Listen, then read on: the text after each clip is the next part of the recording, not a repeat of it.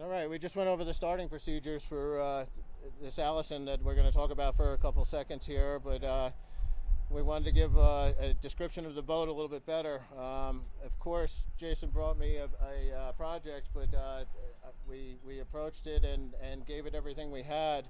But this boat had originally roughly a 750 horsepower BPM Italian-built engine that is no longer with us, but its replacement is. And so we're looking at a 1710 cubic inch Allison aircraft engine here. It took a lot of thinking, a lot of dreaming to make this all happen. And it took a lot of talent as well. The gentleman who made us the exhaust, this is, I can't really point the finger at him why the first exhaust failed. I think we were using, we were using an old set of manifolds that were off of another project, and I think we understand why they're not in service. They just didn't work for the application. So this year we have two brand new exhaust manifolds that were just made. Great shop in Chico, Dimension 3 helped us with that. He helped us with the oil tank that is underneath the deck as well. It's not in view, but it's a great looking piece, nice polished stainless, just like the exhaust. So one of my pats on the back here is the ZF 510 transmission that is underneath the bow here. It took a little bit to make that happen. It took I had to actually make an A-frame lift that fit underneath the deck that was capable of lifting in the upwards of, that thing's about 850 pounds. But I had it in and out 3 times to be able to finally get the angle correct for the shaft going through the bottom of the boat, as well as the shaft coming that is feeding power into it. Beyond that, it has all 2-inch water lines for where the water that we're actually bringing into the engine to cool it. Everything was upped from 1.5 to 2 inch. We added a 2-inch seawater pump down here. These are risers. They don't really look like risers, but that's what we're calling them anyway. These had to be specially made. Those are water jacketed, and so we have a dry joint here. It just means that we're water cooled from it to this point, and then it jumps through from here to here, and that's how we're cooling the rest of the exhaust going underneath the boat.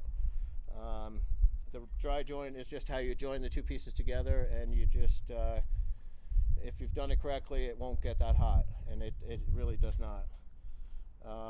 Beyond that, we have all new wiring underneath. We did a 24 volt starting system, yet the engine is, or the rest of the boat is 12 volts. So once the engine is started, everything is running at 12 volts. Behind there, we have an 80-gallon fuel tank at the back, and then there is also a primer pump back here in the port aft area, and that is strictly for starting the engine. Once the engine's started, I can shut that one down, and my mechanical pump takes over and keeps the engine running. Let's see, what else can we tell you about this? Yeah, okay. Thank you, Scott. There is a bow thruster. That was original equipment to the boat. I just found that the wiring was inadequate. It was not to the proper gauge, so we did oversize the bow thruster wiring, which helps the bow thruster actually work better. I think we're getting the proper thrust out of the bow thruster now instead of the it was a complaint of the owner that the thruster wasn't very powerful. I think it's worth noting that Vintage V12 built the 1710 for us to aircraft spec. Yeah. With the supercharger, 3-to-1 supercharger. It's actually a 6-to-1. 6-to-1, excuse me. Yeah. Jose at Vintage V12, he guided us from the conception of this idea to the building of the engine. Well, he sold us the engine built it for us. He even painted it, and I just, what a pleasure it was to work with him. He just, I could get him on the phone right now, or 10 o'clock at night, he'd answer the phone and help us with any questions that we had. Just great people to work with. Anything else, Scott? I would like just one last thing, say thanks to specifically Thad and Obexers. You know, they took this project on. Like I said, it started off as just a simple conversation, and 2.5 years plus or minus later, Yeah. I think we've got her a lot of beating our heads against the wall, starting over, heading down one road to go to another. But you know, it's been a great experience. Right in the middle of the pandemic, of course. Yeah. So that didn't make anything easier for the supply chain.